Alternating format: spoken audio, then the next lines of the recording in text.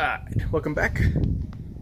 We're basically on day 3 of the Excursion suspension upgrade. We're putting new leaf springs in the Excursion, replacing the stock ones that were pretty worn out with some upgraded from an F250 or 350. So this is the right side. Took a while to get it in place, but see back there, we kept the original whatever that thing's called, harness, shackle, I don't know.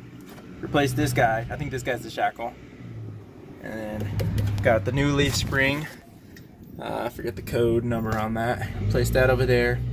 There's a pain in the butt getting it into place, but got it all lined up into place. The bolts that I bought, I miscalculated on the U-bolts and bought some long ones that were too long, so I cut off a bunch of that. But this side's pretty much done. That was day 1. Then we got day 2 over here, which is pretty much trying to get this old one. So this is the old leaf spring, and it is just worn out. So this is probably about where it should be sitting at when it's loaded, and right now it's unloaded. So when it's loaded, it was completely flat. And this bolt back here is just not wanting to give in. This one loosened up, it should come out pretty easy. The U-bolts, those are pretty easy. I spent hours trying to get this guy out. So I got the nut off slowly with the breaker bar, loosened it up, and then was turning it with the breaker bar again and again and again, and finally the nut came off, but the bolt is still stuck in the bushing, the rubber bushing here on the shackle. I guess the rubber corroded or something. It's just not letting this bolt slide out. I tried prying it and burning it, and right now the plan is to hack through it.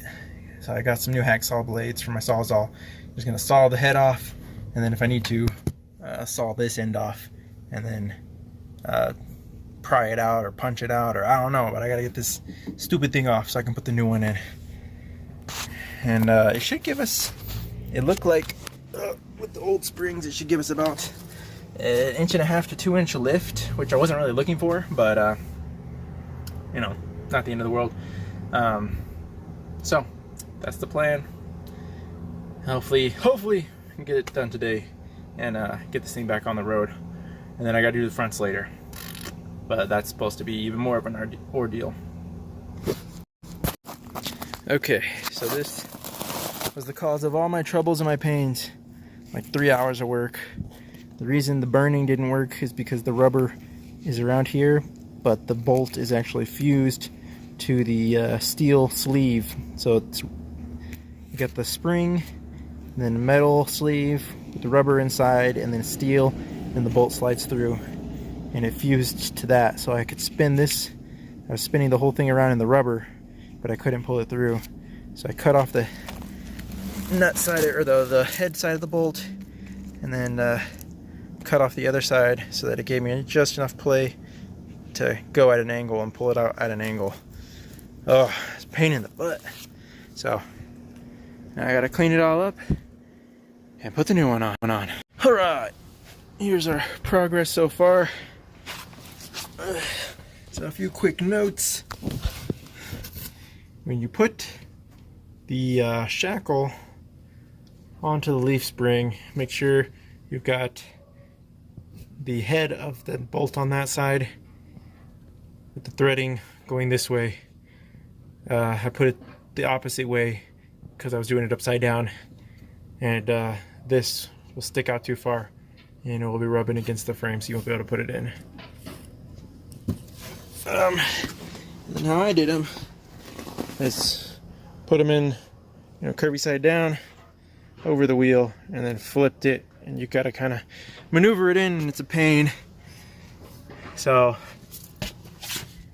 I put that side, that bolt in. Well, I put the shackle on first before I put it in here, and then I put the bottom bolt on, and that let me have a little bit of room without having to support all the weight to put the front one on, put that bolt through, tighten them both down, and come back in here and drop the axle down a little bit lower, get my spacer and block in here, and then it was a little bit off, like a 1/2 inch off, And so using this strap here to pull it into alignment.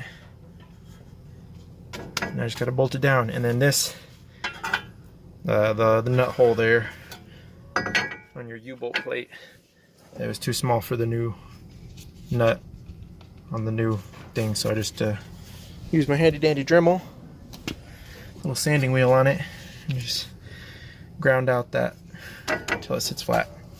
So we're almost there. All right, so got it all together and about to put the wheels back on.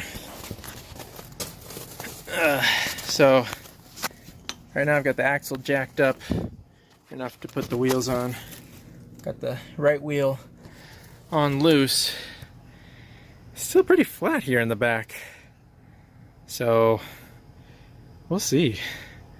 We'll see how it sits. I was hoping it would be a lot more curvy. So maybe my rears weren't as worn out as I thought they were. That's kind of disappointing, but oh, I guess we'll see. And then yeah, as far as putting it back together, just put the U-bolts on and you know, tighten it in a rotating cross pattern until we got our torque down. What I saw for these, closest I could get was 150. So that's what my torque wrench is set to. Went ahead and torqued it down to there. And then you are supposed to check it after like 30 miles or something like that. Drive it for a little bit and then re-torque everything just to make sure that it's all still tight. So right now it is still on the jack stands, obviously. So we'll see how low it sets once it's actually on the wheels.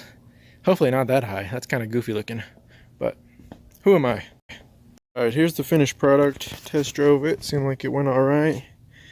We did get about an inch lift off of the springs that were on there before, which I assume were the stock springs.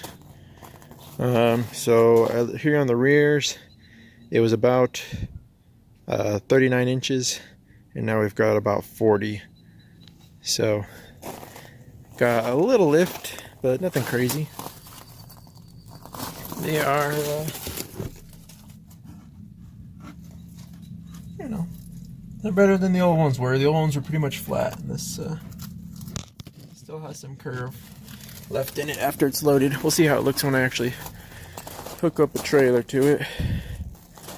It's kind of hard to tell because I'm on our sloped driveway how it looks. But yeah, so way more work than I thought it would be because of all the rusted and hard to reach spots, but in the end it's done, and hopefully it's done well.